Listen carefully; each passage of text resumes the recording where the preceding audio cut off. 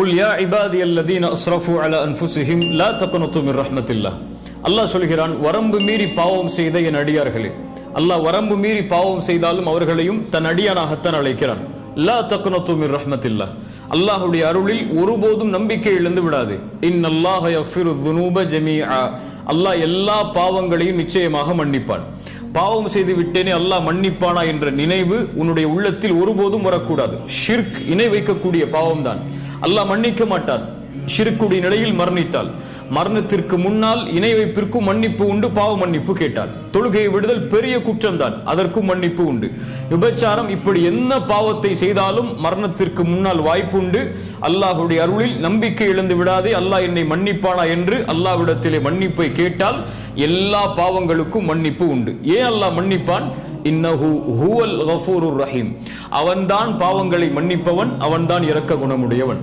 அடுத்தடுத்த வசனங்களில் அல்லாஹ் நிபந்தனையை சொல்கிறான், வ அனீபு இலா ரப்பிக்கும் வ அஸ்லிமு லஹ். பாவம் மன்னிக்கப்பட வேண்டும் என்றால் அல்லாஹ்வை நோக்கி நீ திரும்ப வேண்டும், அவனிடத்திலே உன்னை ஒப்படைக்க வேண்டும், பாவத்திலிருந்து விலகி. அடுத்த வசனத்தில் அல்லாஹ் சொல்கிறான், அல்லாஹ் இறக்கியதில் அழகியதை பின்பற்று, அல்லாஹ் எதை ஹலாலாக்கினானோ அதை பின்பற்று. இந்த நிபந்தனைகளோடு நீ வந்தால் அல்லாஹ்வுடைய அருளில் நம்பிக்கை இழக்காதே, அல்லாஹ் ரப்புல் ஆலமீன் உன் எல்லா பாவத்தையும் மன்னிப்பான்.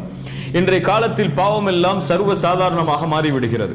சிறிய பாவமாக இருந்தாலும் பெரிய பாவமாக இருந்தாலும் நம்முடைய பார்வையில் அது ஒரு பாவம், அவ்வளவுதான். ஒரு அறிஞர் அழகாக சொல்லுவார், ஒரு மனிதன் பாவம் செய்யும் போது ஒரு சிறிய பாவத்தை அவன் பாவம் தானே என்று பார்க்கிறான் என்றால் அல்லாஹ் ரப்புல் ஆலமீன் அதை பெரியதாக பார்ப்பான். அவன் சர்வ சாதாரணமாக பார்க்கிறான் மனிதன், அல்லாஹ் அதை பெரியதாக பார்ப்பான்.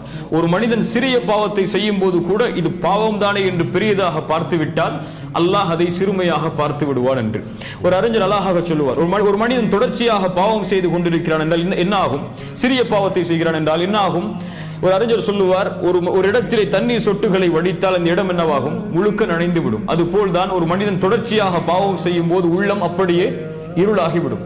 ஷாஃபிஈ ரஹிமஹுல்லாஹ் அதனால் தான் சொல்லுவார்கள், நீ பாவத்துடைய சிறுமையை பார்க்காதே, சிறிய பாவம் தானே செய்கிறேன் என்று பார்த்து விடாதே, அதை யாருக்கு முன்னால் செய்கிறாய் என்று பார்.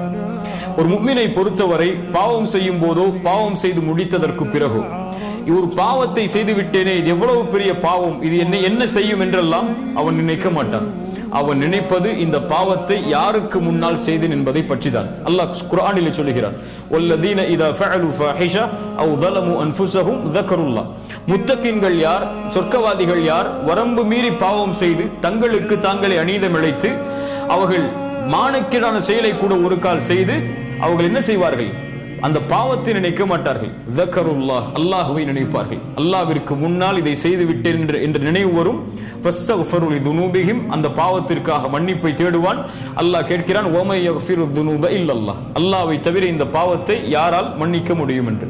ஒரு அறிஞர் அழகாக சொல்லுவார், அல்லாஹ் ரப்புல் ஆலமீன் நீ பாவம் செய்யும் போது அவன் உன்னை பார்க்கவில்லை என்று நினைத்தால் நீ முஷ்ரிக், அல்லாஹ்விற்கு இணை வைக்கக்கூடியவன், அல்லாஹ்வுடைய பார்வையை மறுக்கிறாய்.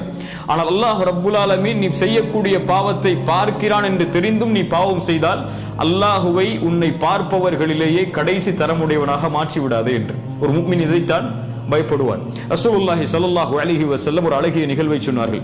ஒரு மனிதன் இறக்கக்கூடிய நேரத்தில் தன்னுடைய பிள்ளைகளை அழைத்து சொன்னான், நான் அதிகமாக பாவம் செய்திருக்கிறேன், அல்லாஹ் என்னை மறுபடியும் எழுப்பி தண்டித்தால் என்னால் தாங்க முடியாது, அதனால் நான் இறந்ததற்கு பிறகு என்னை எரித்து பாதையை காற்றிலே கலந்து விடுங்கள், பாதையை கடலிலே கலந்து விடுங்கள் என்று. அதுபோல் பிள்ளைகள் அவர் இறந்ததற்கு பிறகு அவர் சாம்பலை பாதையை காற்றிலே கலந்தார்கள், பாதையை கடலிலே கலந்தார்கள். அல்லாஹ் ரப்புல் ஆலமீன் அவனை ஒன்று கூட்டினான். அல்லாஹ் அவனை பார்த்து கேட்டான், ஏன் செய்தாய் இதை என்று. அவன் என்ன சொன்னான் தெரியுமா? யா அல்லாஹ், இவ்வளவு பெரிய பாவம் செய்திருக்கிறேன், இவ்வளவு பெரிய குற்றம் செய்திருக்கிறேன் என்றெல்லாம் சொல்லவில்லை. யா அல்லாஹ், உன் பயம் என்று சொன்னான். மகாஃபத்துக யா ரப், உன் பயம் யா அல்லாஹ். அல்லாஹ் ரப்புல் ஆலமீன் சொன்னான், உன் பாவத்தை நான் மன்னித்து விட்டேன் என்று. அவன் செய்தது பெரிய குற்றம். இன்னும் சொல்ல போனால் அவன் மறுபடியும் அவனுக்கு அல்லாஹ் உயிர் கொடுத்து எழுப்புவான் என்பதை மறுக்கிறான். அதனால்தான் எரித்து சாம்பலாக்க சொன்னான். ஆனால் அவன் அறியாமையில், பயத்தில், அல்லாஹ் என்னை தண்டித்து விடுவான் என்ற நினைவில் ஏதோ ஒரு காரியத்தை அவன் தெரியாமல் செய்து விட்டான். அவன் சொன்ன வார்த்தை அல்லாஹ்விற்கு பிடித்தது, யா அல்லாஹ் உன் பயம் என்று. அல்லாஹ் ரப்புல் ஆலமீன் அவன் செய்த பாவத்தை கணக்கிடாமல் அதை மன்னித்தான். லா தக்னது மிர் ரஹ்மத்தில்லாஹ், அல்லாஹ்வுடைய அருளில் ஒருபோதும் நம்பிக்கை இழக்காதீர்கள். அல்லாஹ்விற்கு முன்னால் பாவம் செய்து விட்டேன் என்ற உணர்வு பாவத்திற்கு பிறகு வந்துவிட்டால் அதை நினைத்து அல்லாஹ்விடத்திலே பாவ மன்னிப்பு தேடினால் என்ன பாவமாக இருந்தாலும் அல்லாஹ்